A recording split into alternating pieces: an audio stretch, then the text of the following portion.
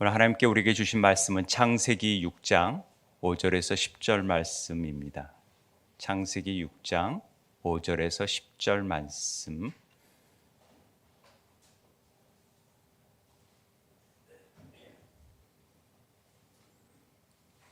창세기 6장, 우리 성경책 7페이지네요. 여러분 성경책을 항상 펴시고 화면에 보여지더라도 늘 말씀 보시면서 체크하시면서 기록하시면서 이렇게 은혜를 함께 나누었으면 좋겠습니다. 함께 읽도록 하겠습니다. 5절부터 읽겠습니다. 시작. 여호와께서 사람의 죄악이 세상에 가득함과 그의 마음으로 생각하는 모든 계획이 항상 악한 뿐임을 보시고 땅 위에 사람 지으셨음을 한탄하사 마음에 근심하시고 이르시되 내가 창조한 사람을 내가 지면에서 쓸어버리되 사람으로부터 가축과 기는 것과 공중의 새까지 그리하리니 이는 내가 그것들을 지었음을 한탄함이니라 하시니라. 그러나 노아는 여호와께 은혜를 입었더라. 이것이 노아의 족본이라. 노아는 의인이요 당대의 완전한 자라. 그는 하나님과 동행하였으며 세 아들을 낳았으니 셈과 함과 야벳이라. 아멘. 올 한 해의 표현은 리셋, 다시 새롭게 리셋입니다. 뭘 다시 새롭게 놓는다라는 얘기입니까? 우리의 가정 교회에 대한 의미, 교회 사역에 대한 의미, 여러 가지 있을 수 있겠지만 그런 게 아니라 우리를 새롭게 하시는 하나님의 계획 속에서 우리를 향한 리셋을 말하는 것입니다. 다시 말하면 마음이 새로워지는 그 의미에서 리셋을 얘기하는 것입니다. 마음을 새롭게 하는 일이 우리에게는 중요한 일이니까요. 분주한 삶 속에서 혹시 놓치고 있는 일들은 없는지, 신앙생활을 열심히 하고 있는데 혹시 우리 안에 부족한 부분은 없는지, 정말 하나님 뜻에 합당하게 우리는 살아가고 있는 것인지를 돌아볼 필요가 있다라는 것입니다. 그래서 정말 중요한 것이 있다면 거기에 더 집중하고 선택하고 또 우리가 우선순위를 두자라는 의미에서 리셋이라는 의미를 두었습니다. 오늘 기도에서처럼 그렇게 함으로 인해서 우리에게 하나님이 허락하신 새 영, 새 마음, 강팍한 마음이 아니라 부드러운 마음을 통하여서 마음을 새롭게 함으로 변화를 받아 하나님이 기뻐하시고 온전하신 뜻이 무엇인지를 알고 영적인 예배를 드리는 삶을 살자라는 것이 올 한 해에 우리를 교회를 향한 하나님께서 원하시는 뜻이라고 봅니다. 참 열심히 우리가 달려왔던 것 같아요.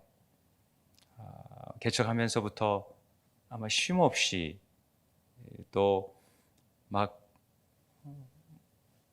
열심히 달려와서 우리 교인들, 성도님들이 좀 벅차지 않았나 하는 생각을 가질 정도로 그래도 열심히 따라와 주시고 지지해 주시고 헌신해 주셔서 오늘 이 자리까지 있는 줄 믿습니다.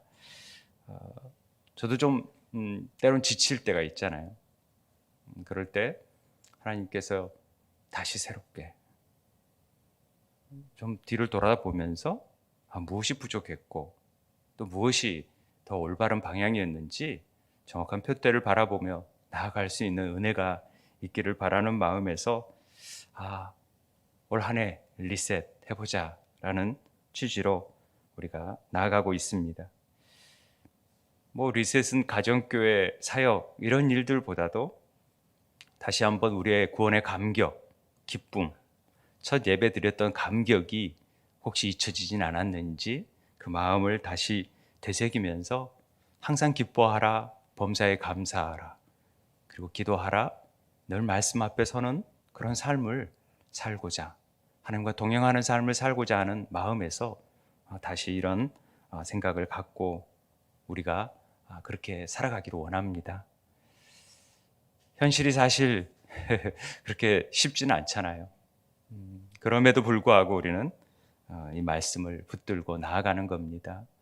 우리가 통독을 지금 12번째 이렇게 하고 있거든요. 공식적으로는.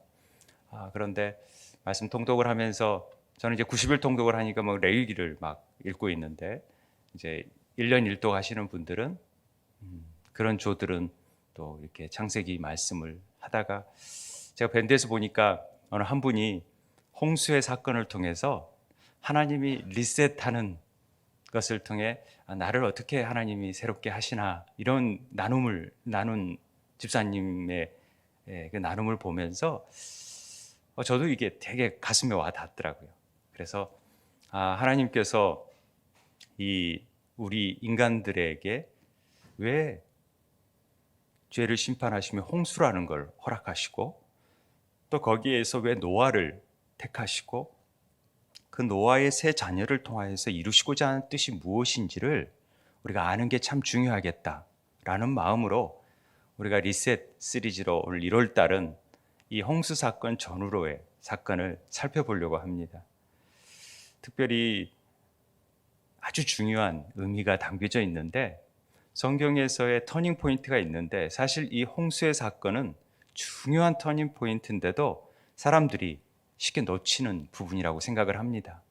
그러니까 엉뚱한 해석을 할 때가 있어요.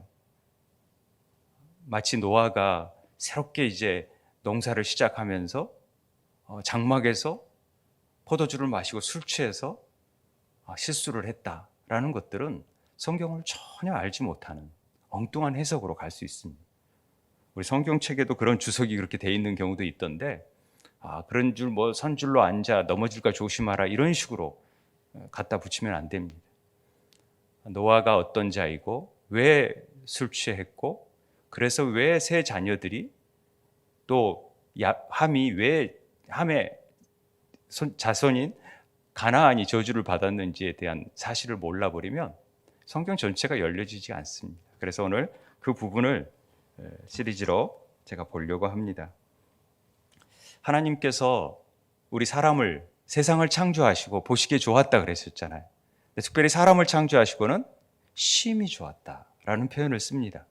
너무 좋으신 것이죠. 그리고 안식하십니다. 안식이라는 말은 완성이라는 말이 맞습니다. 하나님이 모든 일을 완벽하게 이루어내신 것이죠. 그리고 에덴이라는 또 다른 안식의 장소를 통하여서 하나님과 소통하기를 원하셨습니다.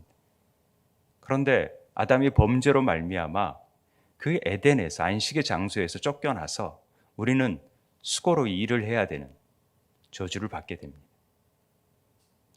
아담과 하하가 첫 쫓겨나서 동침해서 낳은 아들이 가인입니다.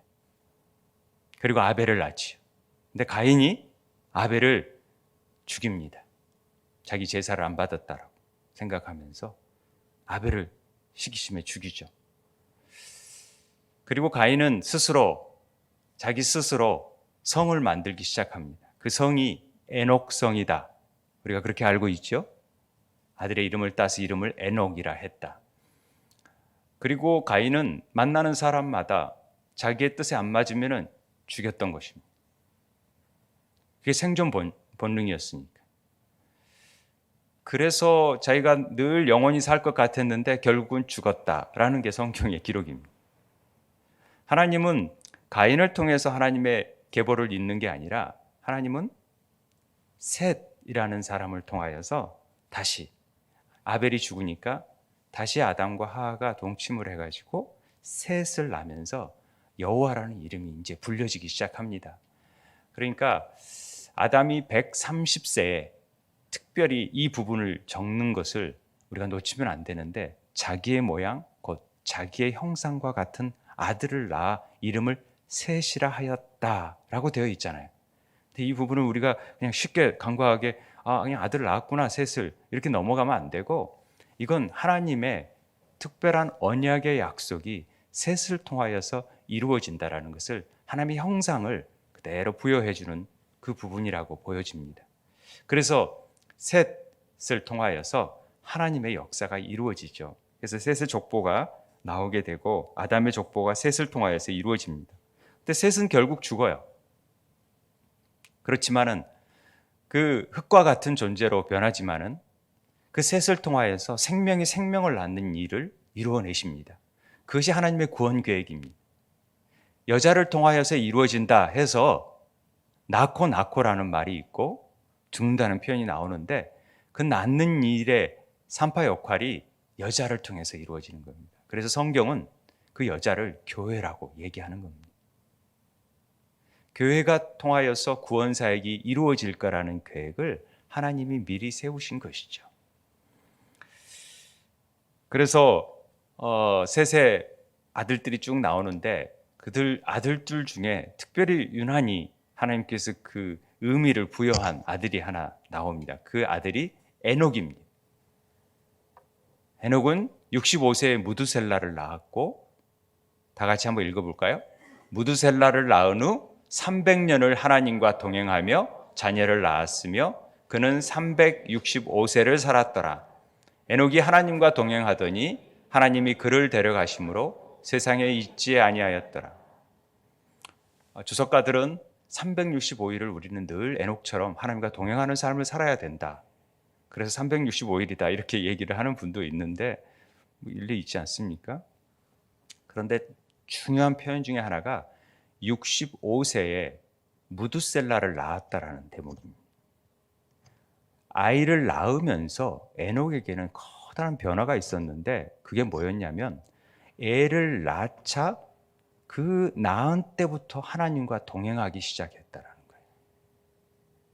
이 부분을 우리가 잘 기억해야 됩니다. 애를 낳으니까 그때부터 하나님과 동행했다라는, 그 전에는 동행하지 않았다라는 표현을 쓰지 않아요. 그래서 과거형을 씁니다. 그래서 하나님과 300년을 하나님과 동행한 셈이 되는 것이죠. 도대체 무슨 일이 있었기래 에녹이 애를 무두셀라라는 이름의 아이를 낳자마자 자기가 하나님과 동행하는 삶을 살 수 있었을까? 우리가 이 부분에 궁금하잖아요. 그 의미는 이 무두셀라라는 아이의 이름 안에 있습니다. 보통 이름은 아버지가 짓는 것 같아도 하나님의 계시 가운데서 그 이름이 지어집니다. 이름이 뜻하는 바가 있죠. 그 무두셀라라는 말은 메두셀라흐라는 히브리어 말인데 이 메두라는 말이 마트라는 사람, 또 무트 하면은 죽음이라는 뜻이 되는데 마트와 셀라흐, 그러니까 창의 사람 이런 의미가 되는 것입니다. 글자 그대로를 본다면 무두셀라는 창의 사람이에요. 창의 사람이라는 뜻이 뭘까? 고대 사회에서는 창이라는 것은 어떤 뜻이냐면 전쟁을 할 때 창을 든 자가 제일 먼저 앞에 나옵니다. 그래서 대표자끼리 싸움을 해요. 야, 잘난 사람 제일 먼저 나와. 나도 나올게. 우리 다윗과 골리앗 기억하시면 쉽습니다. 그래서 서로 창을 가지고 겨루기를 해요. 던지든지 싸우든지 해서 죽이면 이기는 전쟁이 되는 거예요. 그런 전쟁이 있었기 때문에 그 사람이 창을 던지는 사람이 뭘 보내는 거냐면 죽음을 보내는 거예요. 심판을 보내는 거예요. 창을 던짐으로 그 적을 심판하는 거예요. 그러니까 이 말이 무두셀라라는 말을 또 다른 말로 번역을 해보면 죽음을 보낸다라는 뜻이 돼요. 심판을 보낸다라는 의미가 되어지는 거죠. 그러니까 이 말이 뭐냐? 에녹이 무두셀라라는 이름을 왜 이렇게 지었느냐라는 거죠. 하나님의 계시가 임했다라는 것을 알 수가 있습니다. 그 계시가 임하자 하나님의 심판이 있을 수 있구나. 그걸 믿음으로 받아들이고 끝까지 하나님의 뜻을 쫓았다라는 의미로 알 수 있습니다. 이 하나님과 동행했다라는 표현이 나오잖아요. 이 동행한다라는 표현은 쉬운 표현이 아닙니다. 하나님과 동행했다라는 표현이 성경에서 딱 두 사람에게 나와요. 누구냐면 이 에녹과 바로 오늘 노아입니다. 우리가 9절에 읽었던 노아의 족본이라 노아는 의인이여 당대의 완전한 자라 그는 하나님과 동행하였다라는 표현을 하고 있습니다. 이 동행했다라는 표현이 제가 히브리어를 자꾸 써서 죄송합니다만은 히브리어를 보지 않으면 성경을 이렇게 창세기를 정확하게 이해하기가 좀 어려운 부분이 있어서 또 히브리어를 우리는 수요 예배 때 배웠기 때문에 이 할라크라고 해요. 할라크. 해, 라메드, 카프 이 말은 글자 그대로 원어를 보자면 해는 계시하다, 보라라는 뜻이에요. 그리고 숨, 호흡이죠. 그 다음에 라메드가 가르치다라는 뜻이고 이 카프는 손이라는 뜻이에요. 글자 그대로 보면 하나님의 계시의 가르침을 손으로 그대로 받는 모양이에요. 그러니까 동행이라는 말은 하나님의 말씀을 그대로 받아들이겠습니다라는 뜻이 있는 거예요. 동행한다 그러면 같이 걷는다라는 말이 되잖아요. 아모스 3장 3절에는 두 사람의 뜻이 같지 않은데 어찌 동행하겠느냐. 뜻이 같아야 동행할 수 있어요. 같이 걸어갈 수 있어요. 대통령의 지금 후보들과 뜻이 같지 않으면 걸어갈 수가 없어요. 그러니까 다른 길로 가는 거예요. 그릇이 뜻이 같아야 갈 수 있잖아요. 그 길을 같이 걸어간다라는 것이 할라크 동행하다는 거예요. 그러니까 에녹은 하나님과 동행했고 노아가 동행했다라는 것은 하나님의 뜻을 그대로 받아들여서 순전하게 끝까지 그 길을 갔다라는 표현으로 알고 계시면 좋습니다. 자기 뜻보다는 하나님의 뜻을, 하나님의 말씀을 그대로 그 가르침을 그대로 받아들여서 그것을 즐거워하고 그 뜻을 펼치도록 주장했던 사람들이다. 이렇게 보시면 됩니다. 그래서 에녹이 아들 무두셀라를 낳자마자 그는 하나님의 이 계시가 임했다라는 걸 알고 심판이 임한다라는 걸 알고 하나님의 뜻을 쫓았다라는 거죠.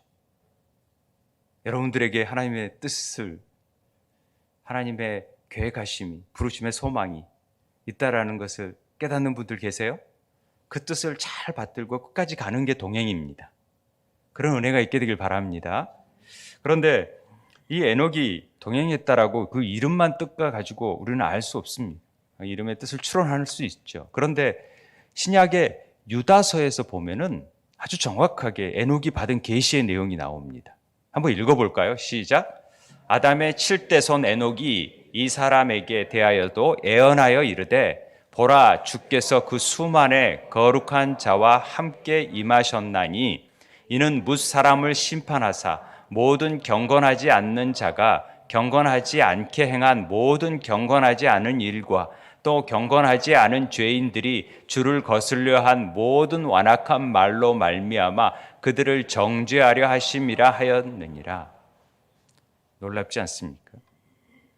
하나님께서 경건치 않은 자들, 이 말은 하나님의 뜻을 행하지 못하는 자들을 이미 에녹을 통하여서 예언해서 심판하시겠다. 이게 드러난 사건이 노아의 홍수의 사건이고요. 결국에 가서는 이중적인 의미로 예수님이 오실 것을 미리 에녹은 본 거예요. 이 신약에서는 지금 예수님이 오시는 일들에 대한 예언이 에녹을 통해서 이미 이루어진 일이다라고 설명하고 있는 놀라운 내용입니다. 에녹은 계시를 통하여서 보여주는 이 사건을 믿음으로 받아들인 겁니다. 그리고 365일을 동행하는 거예요. 노아 역시 마찬가지예요. 이걸 아는 거죠. 믿음으로 예수 그리스도의 재림의 역사와 심판에 대해서 또 홍수의 사건에 대해서 받아들이는 거예요. 그걸 의로 여기는 거예요, 하나님은. 그래서 동행하는 삶을 살았다 이렇게 봅니다. 그래서 이렇게 하나님의 동행하고 하나님의 뜻을 받아들이는 것을 우리는 믿음이라고 얘기하는 거예요. 그래서 히브리서에서는 믿음으로 에녹은 죽음으로 가지 아니하고 하나님이 그를 그냥 하늘로 옮기셨고 하나님을 기쁘시게 하는 자였다라고 표현하는 거예요. 하나님을 기쁘시게 하는 자는 뭐냐? 믿음이 없이는 기쁘시게 못하는데 그 믿음이 뭐냐? 바로 하나님과 동행하는 믿음이고 하나님의 뜻을 잘 받아들이는 믿음이라는 거죠. 그게.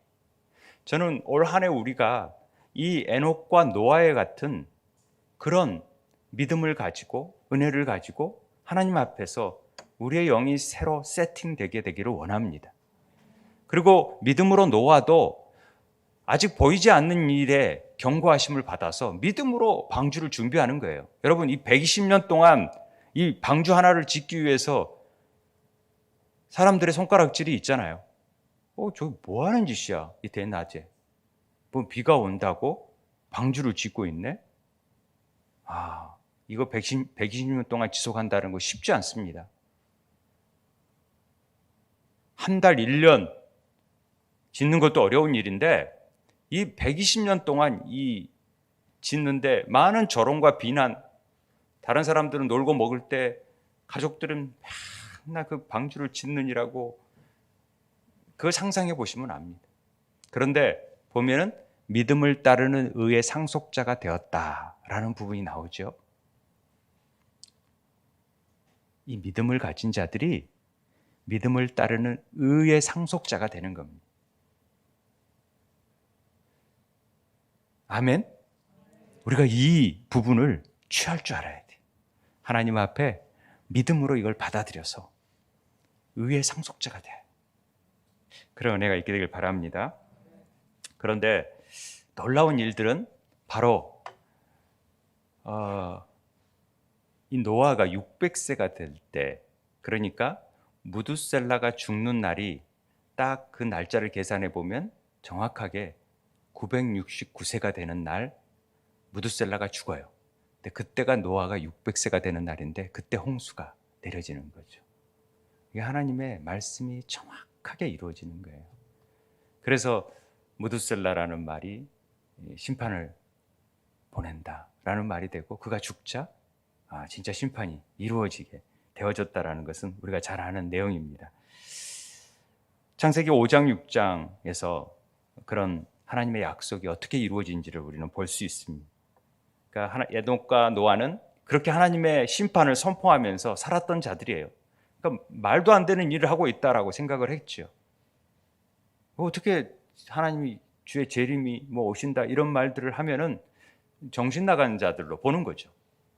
그런데 그 믿음을 끝까지 견고히 갖고 있는 자들은, 그래서 우리 마지막에 구원의 투구가 소망이 되는 거예요. 소망의 투구가 되는 거예요.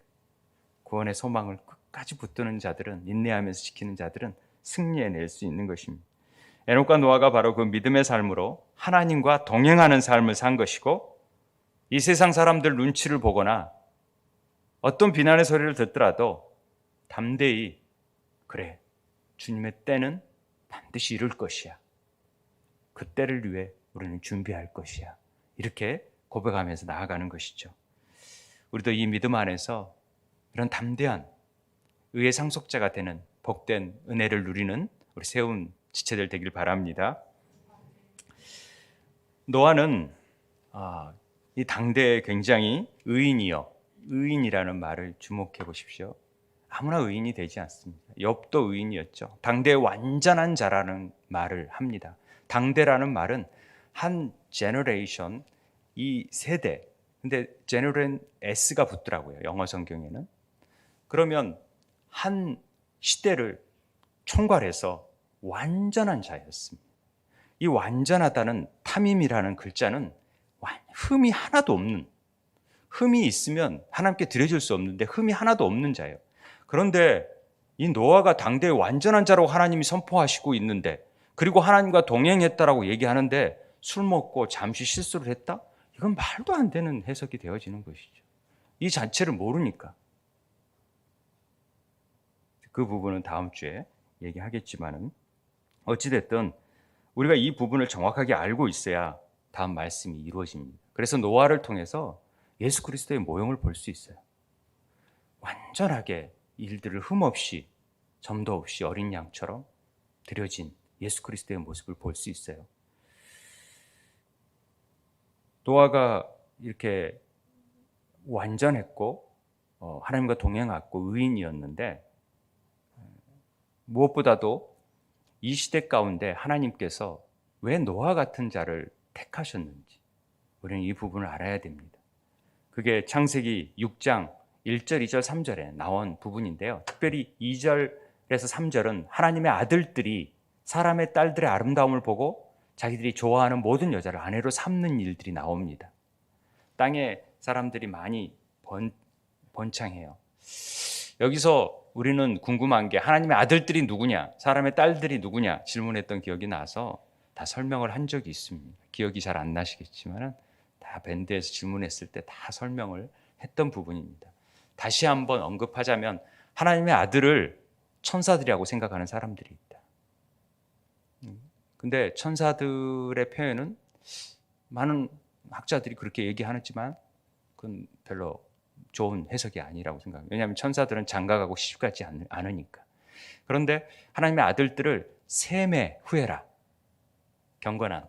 아까 셋의 후예, 그리고 가인의 후예들은 사람의 딸들이다. 이렇게 표현했다. 저는 이 표현이 일반적으로 통용되는 표현입니다. 근데 한편으로는 그 부분도 왜 하나님의 아들들이 그럼 타락할 수 있단 말이냐?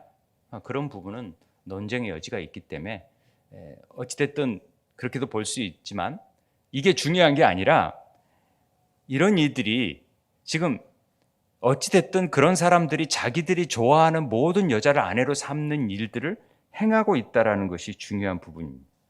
이 말은 믿음이 있는 사람들이나 그렇지 않은 사람들이나 모두가 다 자기의 뜻, 하나님의 뜻을 쫓는 것이 아니라 자기의 욕망을 따라서 생활하고 있다는 모습을 적나라하게 보여주는 표현입니다. 하나님을 사랑하는 모습, 하나님을 인정하는 모습이 없었다라는 것이죠. 그 속에는 오직 자기 자신의 만족만을 취하는 모습을 볼 수 있어야 됩니다. 그런 것을 보고 이것이 하나님의 보실 때는 가증히 여기는 일이었다라는 거죠. 그래서 도저히 하나님의 영이 사람과 함께 있을 수가 없게 되는 거예요. 그들은 육신이 되어지 본능적으로. 뭐 본능적으로 살아갔어 뭐 이런 노래도 있던데, 본능적으로 살아가면은 즉흥적인 자기 욕망에 따라서 살아가는 삶을 사는 길밖에 없는 거예요. 하나님의 영이 없으니까. 그리고 하나님은 영과 혼과 육이 다 온전하게 흠없이 되기를 원하시는 거예요. 이걸 알아야 이제 다음에 나오는 셈, 함, 야벳의 의미를 알 수가 있어요. 영과 혼과 육을 알아요. 그런데 이 영이 없으니까 우리의 몸이 전부 다 육신이 되어버려서 그냥 우리의 삶이 그렇게 되는 거죠. 늘. 이 부분이 우리에게도 적용되는 저는 부분이라고 생각을 했습니다.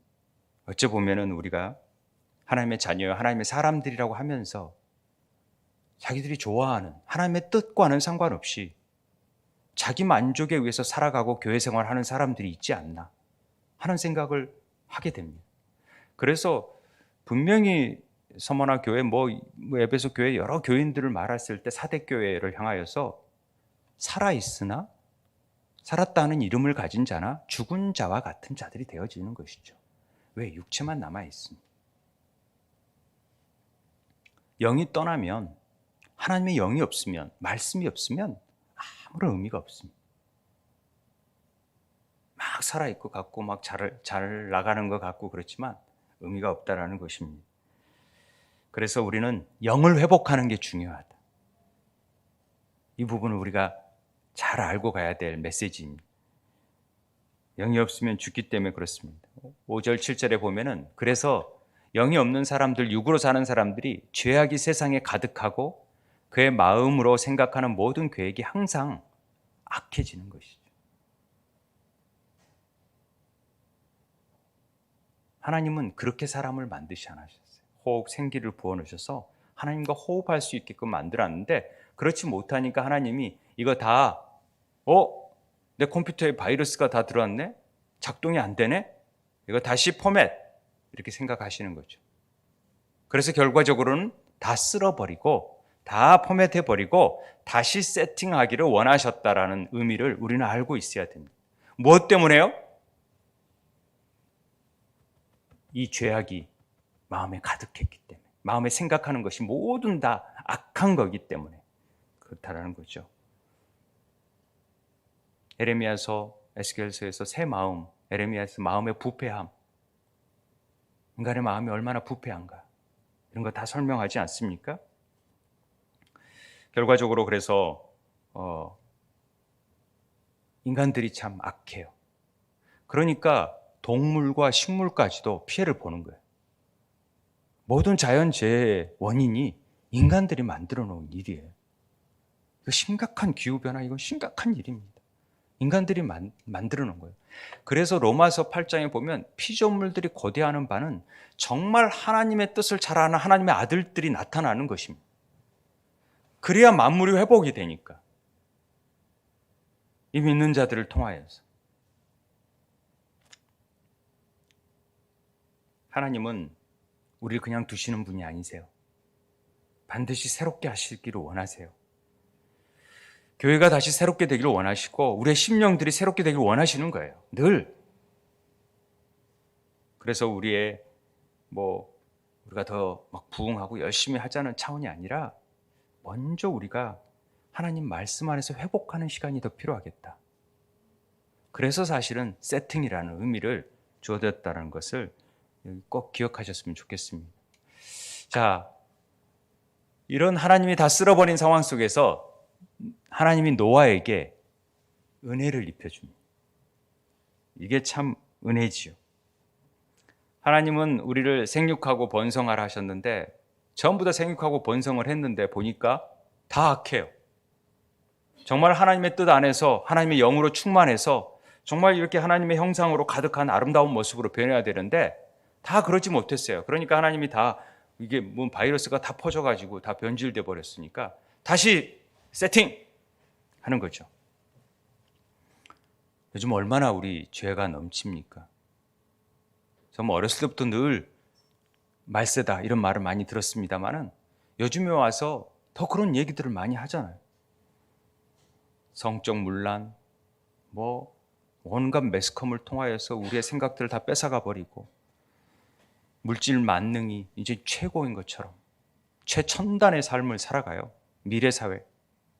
요즘 최근에 지금 네바다주에서 지금 세스라고 큰 박람회가 열려 미래 산업의 총알을 볼 수 있는 제가 관심 있게 이제 보고 있는데 보면은 막 지하 터널로 이제 모든 차들이 자율주행으로 다닐 수 있는 지하 터널을 다 만들어 놓고 로봇가 모든 일들을 대신하고 자관 막 미래 사회가 구현할 수 있는 놀라운 일들이 우리 현실 앞으로 이제 다가와 있어요. 그런 상황 속에서 미래를 어떻게 선점하느냐가 얼마나 중요하냐 이런 문제를 가지고 논의합니다만은 그런 것들은 한순간에 무너져 버릴 것들입니다. 어떻게 우리가 하나님의 뜻을 아느냐, 하나님을 의지하느냐, 마치 하나님이 안 계신 것처럼 행동하고 있는 우리의 이 죄악된 관영함을 하나님이 그냥 보시겠느냐, 전 이런 생각이 듭니다. 미세한 바이러스 하나조차도 아무 힘없이 무력하게 어찌할 바를 모르는 존재들이 우리라는 사실을 잊어버리면 안 된다라는 사실이죠. 이런 죄악된 관영한 곳에서 우리는 자녀들을 키우고 있습니다. 그렇다면 노아에게 셈과 함과 야벳을 키우는 의미들을 우리에게 적용할 수 있겠지요. 이런 시대 때 지금 노아가 살아가는 것 아닙니까? 동성애, 차별금지법, 우리는 이 거품 물고 이걸 거부해야 돼요. 그렇죠? 나가서 정말 이 차별금지법 하게 되면 얼마나 많은 피해가 있을지 몰라요. 그런데 제가 이걸 등한히 하자는 얘기가 아니라 왜 하나님이 없다고 가르치고 하나님은 절대 안 계시고 하나님이 무신론적인 것들에 그렇게 강요하고 있는 학교 교육에 대해서는 아무런 의식 없이 그냥 아이들을 보내고 거기에 대해서 소통하고 있는지를 나는 이해할 수가 없어요. 잘 몰라서 예전에는 그랬다 치만 안다면 그럴 수 없다라는 거죠. 우리가.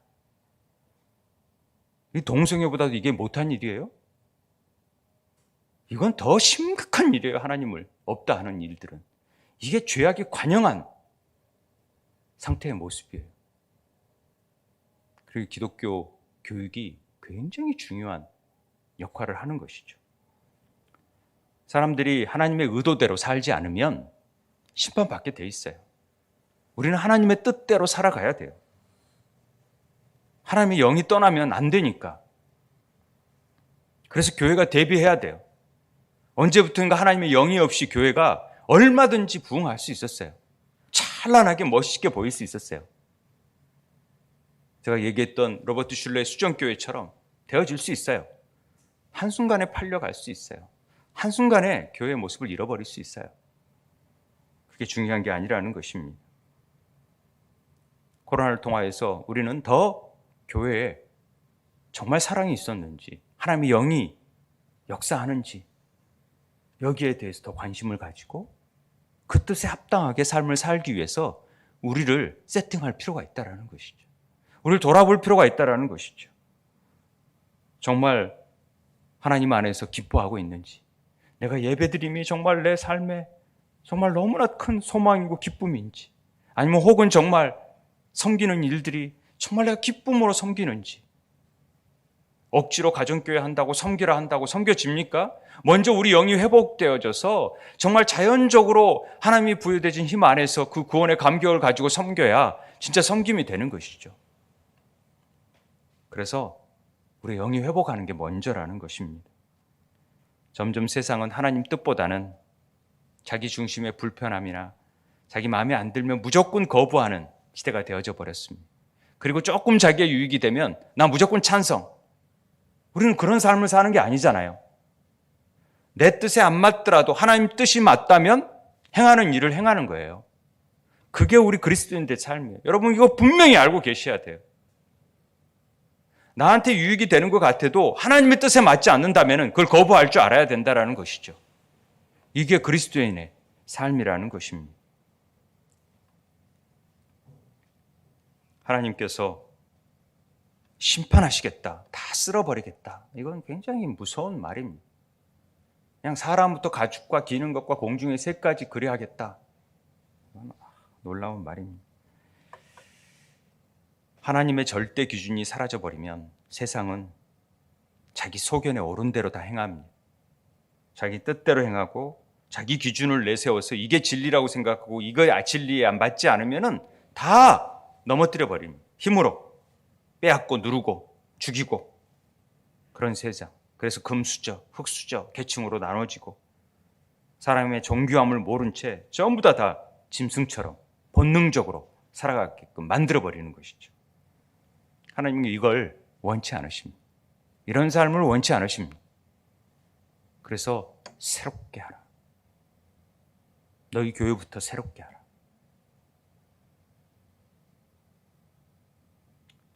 은혜를 입은 노아들처럼 하나님은 그걸 원하신다라는 것이죠. 하나님은 노아를 통해서 이루고 싶은 계획, 목표가 뭐였겠습니까? 방주였겠습니까? 아니에요. 노아를 통해서 이루고 싶은 것은 위로였습니다. 안식이었습니다. 진짜 우리에게 참된 안식, 너희들 막 이렇게 지지고 볶고 사는 삶이 아니라 정말 내 안에서 평안을 누릴 수 있는 삶을 살게 하고 싶은 하나님의 욕망을 우리가 몰라서는 안 된다라는 것이죠. 그래서 노아의 이름을 지을 때 하나님은 라멕을 통해서 노아의 이름을 지을 때 꼭 여호와께서 땅을 저주하심으로 수고롭게 일하는 우리를 이 아들이 안위하리라 하였더라라고 지어요. 그러니까 노아의 방주를 통해서 우리를 다 땅을 저주해서 수고롭게 일하고 수고하고 무거운 짐진 자들에게 위로를 주기 위해서, 평안을 주기 위해서, 안식을 주기 위해서 노아라는 말이 나오는 거예요. 그래서 노아흐는 안식, 유한, 위로하다 이런 뜻이 되는 거예요. 나함이라는 단어하고도 연관이 돼 있잖아요. 다 눈, 해 이렇게 들어가 있습니다. 그러니까 노아도 예수 그리스도 예표고 방주도 예수 그리스도 예표라는 얘기는 많이 들어봤잖아요. 다 구원에 관한 얘기예요. 하나님이 구원을 해서 결국 구원의 목적이 뭐냐면 우리를 안식하게 해주겠다라는 거죠. 내 자녀들을 좋은 곳에 위로하고 그렇게 수고하고 무거운 짐들을 다 그냥 내게 맡겨줘서 그 안에서 평안을 누리게 해주고 싶은 것이 하나님의 뜻이라는 거죠. 그래서 세팅하라는 것 아닙니까? 그래서 지금 이 일을 하는 거 아닙니까? 아픔이 있더라도 또 괴롭더라도 힘들더라도 내 뜻하고 맞지 않더라도 세팅해서 하나님의 뜻을 먼저 찾는 것이 더 중요하다라는 것입니다.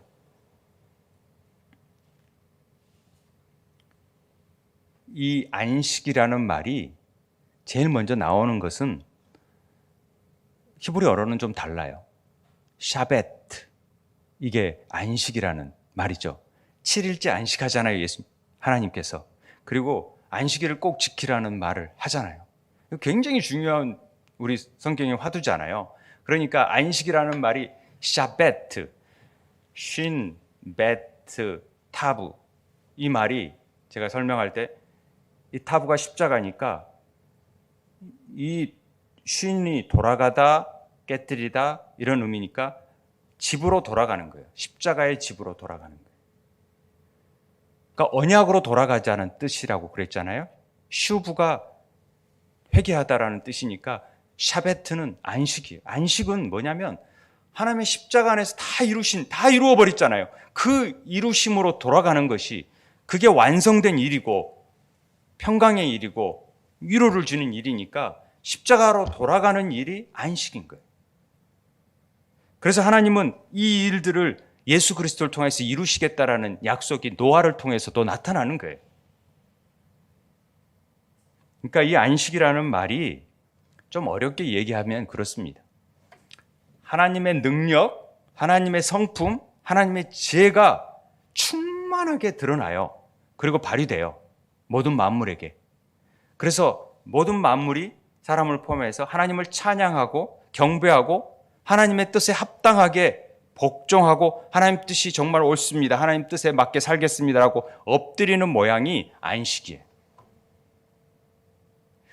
하나님께 충만하게 거하실 상태가 되어져서 우리는 보호되고 유지되고 만족해지고 기뻐하고 감사하는 상태, 이게 안식이라는 거죠. 그러니까 우리 입장에서 보면은 하나님의 영이 들어오셔서 우리는 그 영에 철저히 복종하고 순종하면서 하나님 뜻을 따르도록 하나님 기꺼이 그 뜻에 따르겠습니다. 성령께서 하라는 대로 하겠습니다. 말씀을 내리라 하면 내리겠습니다. 그물을 내리라 하면 내리겠습니다. 이렇게 복종하는 상태가 안식한 상태다라고 표현하는 거예요. 이해되십니까? 이 안식의 의미를 노아를 통해서 그런 세상을 만들고 싶어 하는 거예요. 우리에게 리셋을 하고자 하는 것은 하나님의 뜻에 더 순종하는 자들로 만들어서 그래야 너희들 안에 참된 쉼이 있다라는 것이죠. 이 안식의 의미는요, 왜 어떤 분이 저희한테 질문했어요. 안식일을 왜 돌로 쳐서 죽이냐고. 그만큼 왜 이렇게 중요한 일이냐 저한테 물어봤어요.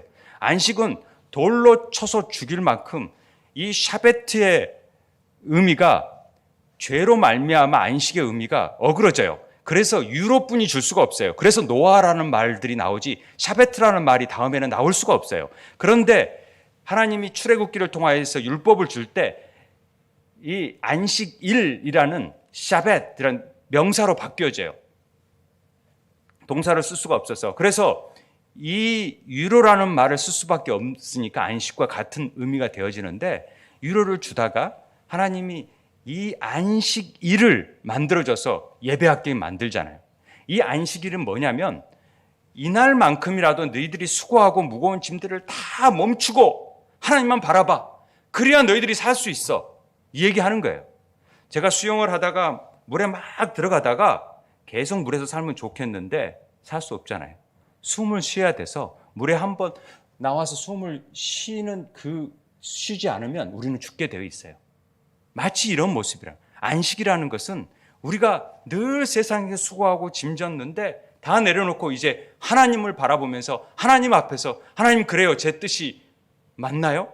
그래요. 이 뜻대로 살겠습니다 하고 힘을 받아서 나아가는 것이 안식일을 지키는 삶이라고 그랬죠. 그게 토요일이든 주일이든 무슨 상관이 있어요. 이 안식의 의미를 잘 알고 이 안식일을 지키지 않으면 돌로 쳐서 죽여라.